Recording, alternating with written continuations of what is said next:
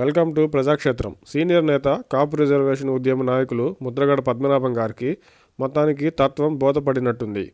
YCP అనుకూలుగా ముద్రపడిన Mudragada గారు కొన్ని రోజుల క్రితం వరకు వైసీపీలోకి వెళ్తారనే ప్రచారం ముమ్మరంగా జరిగిన సంగతి తెలిసిందే కదా. ఎక్కడ కూడా ఆయన టీడీపీ లేదా జనసేనలోకి వెళ్తారనే వార్త లేనేలేదు. ముద్రగడ గారు ఏర్పాటు చేసిన ఆత్మీయ సమ్మేళనంలోనూ అటువంటి వాతావరణమే కనిపించింది. ఆయనకు కావాల్సిన హామీ వైసీపీ ఇవ్వలేదో, లేక ఆయన కోరుకున్నది వైసీపీలో నెరవేరే అవకాశం లేదో ఏమో కానీ మొత్తానికి ఆయన వైసీపీకి నో అని చెప్పి మొన్నటి వరకు ఆయన విమర్శించిన జనసేనలో చేరడానికి సిద్ధమయ్యారు.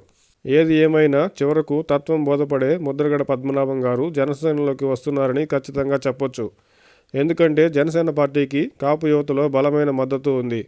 టీడీపీతో పొత్తు ప్రకటన అనంతరం మొదట్లో కాస్త వ్యతిరేకత ఉన్న పవన్ కళ్యాణ్ గారు అంతర్గతంగా అమలు చేస్తున్న వ్యూహాలు టీడీపీతో పొత్తు ఎందుకు అవసరమో కాపు పెద్దలను ఆలోచింపజేసేలా పవన్ కళ్యాణ్ గారు వ్యవహరిస్తున్న తీరు రాబోయే ఎన్నికలకు వైసీపీ బీసీలకు పెద్దపీట వేస్తున్నట్టు కనిపిస్తుండడం, టీడీపీ జనసేన కూటమి గెలిచే అవకాశాలు ఎక్కువగా ఉన్నాయనే భావన, ఇలా అనేక కారణాల వలన చివరికి ముద్రగడ గారు జనసేనలో చేరడానికి నిర్ణయం తీసుకుని ఉండొచ్చు.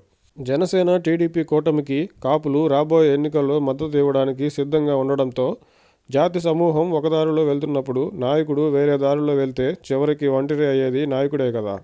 మెజారిటీ కాపులు జనసేన వైపు ఉండాలని భావిస్తున్నప్పుడు ముద్రగడ గారు వేరే దారిలో వెళ్లాలనుకుంటే ఆయనే ఒంటరి అయిపోతారని గ్రహించే చివరికి తప్పనిసరి పరిస్థితుల్లో జనసేనలోకి వెళ్లాలని నిర్ణయించుకుని ఉండొచ్చు.